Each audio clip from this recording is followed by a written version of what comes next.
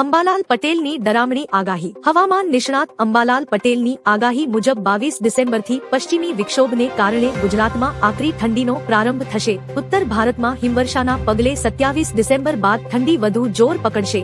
જાન્યુઆરીમાં તાપમાન ગગડતા હાડ થીજાવતી ઠંડી પડશે અને 11 જાન્યુઆરી બાદ કોલ્ડવેવની શક્યતા છે.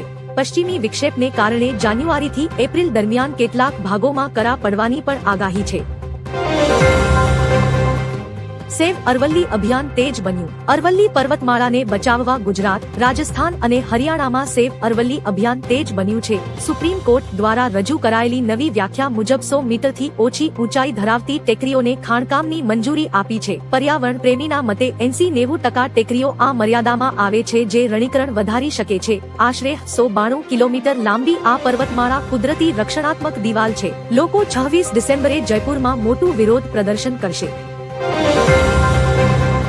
અમદાવાદને મળી પ્રથમ make in India metro train. CM Bhupendra પટેલે અમદાવાદ મેટ્રો ફેઝ 2 માટે પ્રથમ make in India metro train કોચનું લોકાર્પણ કર્યું. આધુનિક ટ્રેન સ્વદેશી ટેકનોલોજીના ઉપયોગથી ભારતમાં જ બની છે. આ પ્રોજેક્ટથી અમદાવાદના જાહેર પરિવહન ક્ષેત્રે નવી ક્રાંતિ આવશે. આ ટ્રેન સુરક્ષા અને સુવિધાની દ્રષ્ટિએ અત્યાધુનિક માપદંડો ધરાવે છે. ટૂંક સમયમાં આ સેવા નાગરિકો માટે ખુલ્લી મુકાશે. ટ્રેનની ડિઝાઇન અમદાવાદની સંસ્કૃતિ અને પરંપરાને દર્શાવે છે.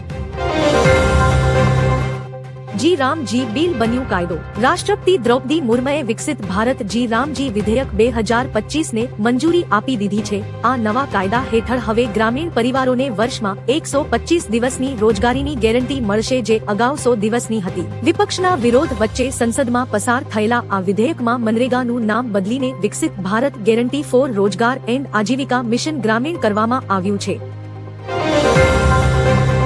રાજ્યમાં અમરેલી 12 ડિગ્રી સાથે સૌથી ઠંડુ.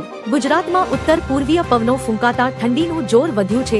રાજ્યમાં સૌથી ઓછું તાપમાન અમરેલીમાં 12 ડિગ્રી નોંધાયું છે. વડોદરામાં 13, અમદાવાદમાં 14 અને ગાંધીનગરમાં 14 તાપમાન રહ્યું છે. હવામાન વિભાગના પૂર્વાનુમાન મુજબ આગામી 24 કલાકમાં પારો હજુ નીચે જશે. પશ્ચિમી વિક્ષેપની અસર બાદ હવે 20 ડિસેમ્બર પછી ઠંડીનો નવો તબક્કો શરૂ થયો છે.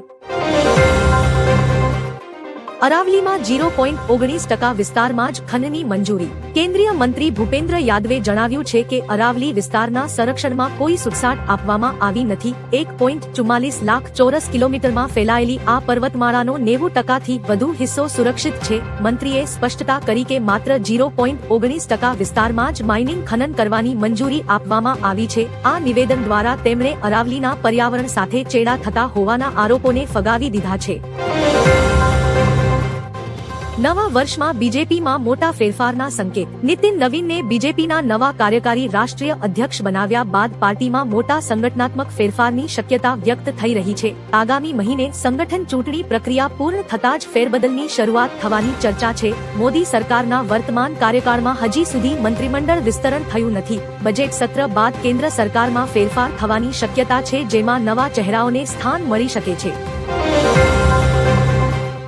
લોથલ બનશે વૈશ્વિક દરિયાઈ હેરિટેજ હબ. ભારત અને નેધરલેન્ડ્સે ગુજરાતના લોથલમાં નેશનલ મેરીટાઈમ હેરિટેજ કોમ્પ્લેક્સના વિકાસ માટે એમઓયુ પર હસ્તાક્ષર કર્યા છે. આ ભાગીદારી દ્વારા ભારતના 4500 વર્ષ જૂના ભવ્ય દરિયાઈ વારસાને વૈશ્વિક સ્તરે પ્રદર્શિત કરવામાં આવશે. વિદેશ મંત્રી એસ જયશંકર અને ડચ મંત્રી ડેવિડ વાન વિલ વચ્ચે થયેલી બેઠકમાં મ્યુઝિયમ ડિઝાઇન, ક્યુરેશન અને સંરક્ષણમાં સહયોગ સાધવા પર ભાર મુકાયો હતો. આનાથી શિક્ષણ અને પર્યટનને વેગ મળશે. પીએમ મોદીએ આસામના શહીદોને આપી ભાવભીની અંજલિ. પીએમ મોદીએ આસામના ગુવાહાટીની મુલાકાત દરમિયાન આસામ આંદોલનના શહીદોને શ્રદ્ધાંજલિ આપી હતી. તેમણે આ ઐતિહાસિક આંદોલનમાં પોતાના પ્રાણની આહુતિ આપનારા 860 શહીદોની યાદમાં બનેલા નવા શહીદ સ્મારકની મુલાકાત લીધી હતી. પીએમએ સ્મારક પર પુષ્પાંજલિ અર્પણ કરી શહીદોના બલિદાનને યાદ કર્યું હતું. પીએમએ આસામના ગૌરવ અને શહીદોના પરિવારો પ્રત્યે આદર વ્યક્ત કર્યો હતો. અભદ્ર ગાળો બોલનાર મહિલા સામે એફઆઈઆર. અમદાવાદના અંજલી 4 રસ્તા પાસે પોલીસ કોન્સ્ટેબલ અને મહિલા વચ્ચે ઝપાઝપીનો, દાદાગીરીનો વિડીયો વાયરલ થયા બાદ હવે આ વિડીયોને લઈ નવો વળાંક સામે આવ્યો છે. પોલીસ સાથે અભદ્ર વર્તન કરનાર મહિલા સામે આખરે ફરિયાદ દાખલ કરવામાં આવી છે. ગઈકાલે પોલીસ કોન્સ્ટેબલ સામે કાર્યવાહી કર્યા બાદ આજે મહિલા સામે એફઆઈઆર દાખલ થઈ છે, જેમાં ફરજમાં રૂકાવટ તેમજ ભયજનક રીતે વાહન ચલાવવાની કલમો ઉમેરાઈ છે. હવે રેલવે મુસાફરી કરવી થાશે મોંઘી। ભારતીય રેલવેએ 26 ડિસેમ્બર 2025 થી અમલી બને તે રીતે ટ્રેન ભાડામાં વધારો કરવાની જાહેરાત કરી છે। નવા માળખા મુજબ 215 કિમીથી વધુના જનરલ ક્લાસમાં પ્રતિ કિલોમીટર 1 પૈસો અને એસી તેમજ મેલ એક્સપ્રેસ શ્રેણીમાં પ્રતિ કિલોમીટર 2 પૈસાનો વધારો થશે। આ નિર્ણયથી રેલવેને અંદાજે 100 કરોડની વધારાની આવક થશે। જો કે રાહતની વાત એ છે કે લોકલ ટ્રેન અને માસિક સીઝન ટિકિટના દરોમાં કોઈ ફેરફાર કરવામાં આવ્યો નથી। ગુજરાત એટીએસની મોટી કાર્યવાહી। ગુજરાત એટીએસ એ હરિયાણાના નવીન બોક્સર ગેંગ સાથે સંકળાયેલા શૂટર વિકાસ શેવરાણની કચ્છના રાપર ખાતેથી ધરપકડ કરી છે। તેની સાથે આશ્રય આપનાર દિનકેશ ગર્ગને પણ ઝડપવામાં આવ્યો છે। વિકાસે હરિયાણાના ભીવાની કોર્ટ પરિસરમાં નવજીતની ગોળી મારી હત્યા કરી હતી। ગેંગવોરના કારણે ફરાર બનેલા વિકાસને રોહિત ગોદારાની સૂચનાથી આશ્રય મળ્યો હતો। એટીએસ અને કચ્છ એસઓજી દ્વારા સંયુક્ત કાર્યવાહી કરવામાં આવી છે। ભૂતપૂર્વ અગ્નિવીરો માટે સારા સમાચાર। બોર્ડર સિક્યુરિટી ફોર્સે કોન્સ્ટેબલ ભરતીમાં ભૂતપૂર્વ અગ્નિવીરો માટેની અનામત 10% વધારીને 50% કરી। ગૃહ મંત્રાલયે બીએસએફ એક્ટ 1968 ની કલમ 141 નો ઉપયોગ કરીને 2015 ના ભરતી નિયમોમાં સુધારો કર્યો છે।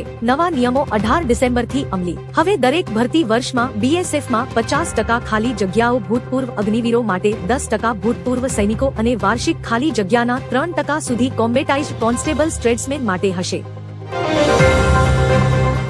વડોદરામાં લાગી દુનિયાની સૌથી મોટી સોલાર ડિશ। વડોદરાના ગોરજ ગામના મુનિ સેવા આશ્રમમાં વિશ્વની સૌથી મોટી સોલર કોન્સન્ટ્રેટર ડિશ સ્થાપિત કરાઈ છે। આ ડિશ 160 ચોરસ મીટરની સપાટી ધરાવે છે, જે સૂર્યપ્રકાશને એકત્રિત કરી વરાળ પેદા કરે છે। આનાથી દરરોજ હજારો લોકો માટે ભોજન બનાવવામાં આવશે, જેનાથી વાર્ષિક મોટા પ્રમાણમાં એલપીજી અને બળતણની બચત થશે। આ સ્વદેશી ટેકનોલોજી પર્યાવરણ જાળવણી અને ગ્રીન એનર્જી ક્ષેત્રમાં ભારત માટે ગૌરવની વાત છે। અભદ્ર ગાળો બોલનાર મહિલા સામે એફઆઈઆર। અમદાવાદના અંજલી 4 રસ્તા પાસે પોલીસ કોન્સ્ટેબલ અને મહિલા વચ્ચે ઝપાઝપીનો દાદાગીરીનો વિડીયો વાયરલ થયા બાદ હવે આ વિડીયોને લઈ નવો વળાંક સામે આવ્યો છે। પોલીસ સાથે અભદ્ર વર્તન કરનાર મહિલા સામે આખરે ફરિયાદ દાખલ કરવામાં આવી છે। ગઈકાલે પોલીસ કોન્સ્ટેબલ સામે કાર્યવાહી કર્યા બાદ આજે મહિલા સામે એફઆઈઆર દાખલ થઈ છે, જેમાં ફરજમાં રૂકાવટ તેમજ ભયજનક રીતે વાહન ચલાવવાની કલમો ઉમેરાઈ છે।